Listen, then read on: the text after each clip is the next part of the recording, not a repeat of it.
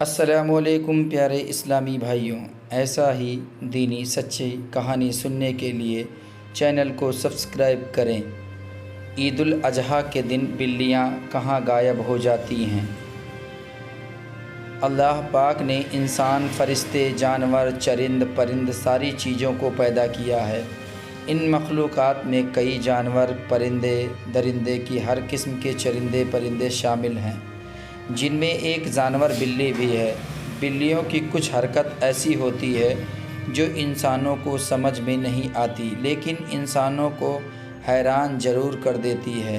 آپ میں سے بہت کم لوگوں نے ہی سنی ہوگی کہ بلی اگر کھانے میں سے کچھ کھا جائے یا پی جائے تو وہ پلید و نجس نہیں ہوتا ہے، کیونکہ روایت میں آتا ہے کہ ایک عورت نے حضرت عائشہ رضی اللہ تعالیٰ عنہا کو ہریسہ بھیجا تو وہ نماز پڑھ رہی تھیں۔ انہوں نے نماز میں اشارہ کیا کہ اسے رکھ دو، اور پھر بعد میں بلی آئی اور اس میں سے کھا گئی۔ حضرت عائشہ رضی اللہ تعالیٰ عنہا یہ سب دیکھ رہی تھیں۔ آپ نے نماز کے بعد اسی جگہ سے ہریسہ کھایا جس جگہ سے بلی نے اپنا منہ لگایا تھا۔ حضور پاک صلی اللہ تعالیٰ علیہ وسلم کا فرمان ہے کہ بلی نجیس اور پلید نہیں، بلکہ یہ تم پر آنے جانے والیاں ہیں۔ ایک بلی کی زندگی کا پہلا سال ایک انسان کے 15 سالوں کے برابر ہوتا ہے، اور بلی کی زندگی کا دوسرا سال ایک انسان کے 25 سالوں کے برابر ہوتا ہے۔ یہ ایسے جانور ہیں جو اپنے کانوں کو 180 ڈگری پر موڑ سکتے ہیں۔ ایک بلی اپنے دن کے 70% حصے میں سوتی ہے۔ اگر 15% حصے میں یہ خود کو چاٹنے اور سنبھالنے میں لگاتی ہے۔ شاید یہ بات آپ جانتے ہوں گے کہ ایک بلی کے پھجلے میں خطرناک قسم کی بیماری ہوتی ہے، لیکن حیران کن طور پر دنیا کی ایک مشہور کافی برانڈ میں یہی پھجلہ استعمال کیا جاتا ہے۔ قدیم مصر میں اگر کسی کے گھر کوئی بلی مر جاتی ہے تو اس گھر کے افراد اپنی ایک آبرو منڈوا دیتے ہیں۔ ایک بلی میں کئی حیران کن خصوصیت اور بھی ہیں، جس میں بلیوں کے بارے میں سوال کیا جاتا ہے کہ عید الاضحیٰ کے روز بلیاں کہاں غائب ہو جاتی ہیں۔ عید الاضحیٰ کے روز بلیاں کے غائب ہونے کے پیچھے کون سا راز پوشیدہ ہے؟ ہم لوگ بچپن میں ایک بات کیا کرتے تھے کہ بلیاں بھی حج پر چلیں، لیکن ہمارے بڑے بزرگ اس بارے میں مختلف رائے دیتے ہیں۔ ہم انہی باتوں سے یہ معلوم کریں گے کہ عید الاضحیٰ کے روز بلیاں اچانک کہاں غائب ہو جاتی ہیں۔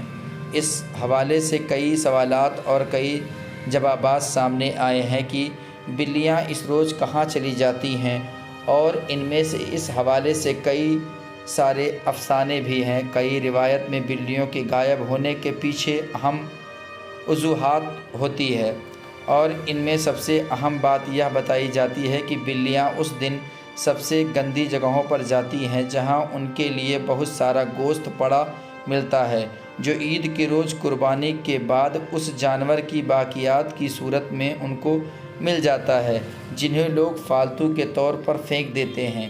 اسلامی تعلیم آدمی عید الاضحیٰ کے صبح بلیوں کے غائب ہونے کی کئی وجہ بیان کی گئی ہے۔ خاص طور پر جس وقت قربانی کی جاتی ہو تب یہ بلیاں آپ کو اپنے ارد گرد نظر نہیں آئیں گی، جس کی وجہ سے کئی لوگوں کے ذہنوں میں یہ خیال آتا ہے کہ ایسا کیوں ہوتا ہے اور بلی نہ جانے کہاں چلی جاتی ہے۔ اس کی وجہ کو کئی کتابوں میں اس طرح بیان کیا گیا ہے کہ بلیاں اس دن ان جگہوں پر جاتی ہیں جہاں قربانی کے جانوروں کا گوشت، چربی، کھال کو گرایا جاتا ہے۔ یہ وہ ایک جگہ ہے جسے کئی کتابوں میں لکھا گیا ہے، لیکن اس کی ایک اور وجہ بھی بتائی گئی ہے، اور وہ یہ ہے کہ ایک بلی خون دیکھ کر ڈر جاتی ہے، اور عید الاضحیٰ کے روز ہر جگہ جانوروں کا خون نظر آتا ہے، جو ان بلیوں کو خوف زدہ کر کے انہیں وہاں سے جانے پر مجبور کر دیتا ہے۔ کئی لوگ یہ بھی کہتے ہیں کہ عید الاضحیٰ کے روز بلیوں کے غائب ہونے کی اصل وجہ کے پیچھے وہ زبردست حکمت ہے جس کا علم صرف ایک اللہ کو معلوم ہے۔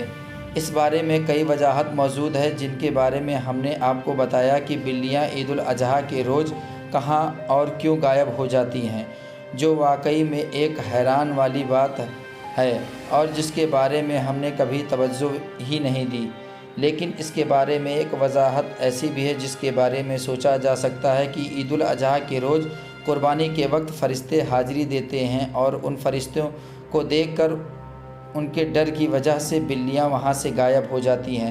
قرآن اور حدیث میں اس حوالے سے کوئی وجہ بیان نہیں ہوئی جس کی وجہ سے عید الاضحیٰ کے روز بلیاں غائب ہونے کو ہم اسلام سے نہیں جوڑ سکتے ہیں، کیونکہ صرف یہی نہیں بلکہ دنیا بھر میں مختلف مذاہب کے تہواروں میں بھی یہ بات سامنے آئی اور کئی لوگ یہ بھی کہتے ہیں کہ بلیاں اس روز کہیں نہیں جاتی بلکہ انہوں نے خود اپنی آنکھوں سے بلیوں کو تہواروں کے روز دیکھا ہے۔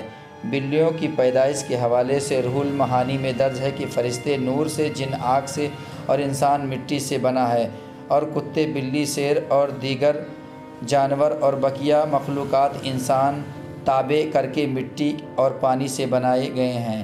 کئی لوگوں کے ذہن میں یہ سوال بھی آتا ہے کہ بلیوں کو پیدا کرنے کے پیچھے اللہ کی کیا حکمت پوشیدہ ہے؟ تو اس کے بارے میں ایک روایت یوں بیان ہوتی ہے کہ بلی کو پیدا کرنے کی اللہ کی حکمت کچھ یوں ہے کہ جب حضرت نوح علیہ السلام کی قوم پر پانی کی صورت میں سیلاب عذاب آیا اور اللہ تعالیٰ نے حضرت نوح علیہ السلام کو کشتی بنا کر اس میں سوار ہونے کو اور ہر جاندار اور پرندے کا ایک ایک جوڑا کشتی میں محفوظ کرنے کو کہا، تو حضرت نوح علیہ السلام نے اللہ کے حکم کی تعمیل کی اور کشتی پانی میں تھی اور اس دوران کشتی میں چوہے پیدا ہو گئے اور وہ چوہے کشتی کو کاٹنا شروع کر دیتے ہیں، جس کی وجہ سے کشتی میں پانی داخل ہونے کا خطرہ پیدا ہوا۔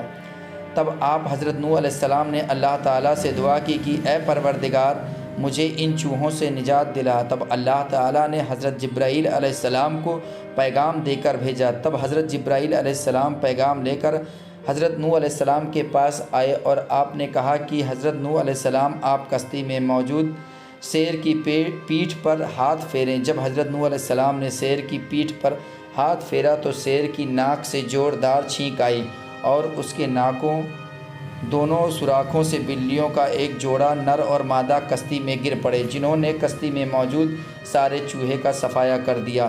تو ابھی یہ بات غور کرنے لائق ہے کہ سارے چوہوں کا اگر صفایا ہو جانے کے بعد بھی چوہوں کی نسلیں دنیا میں کیسے باقی ہیں؟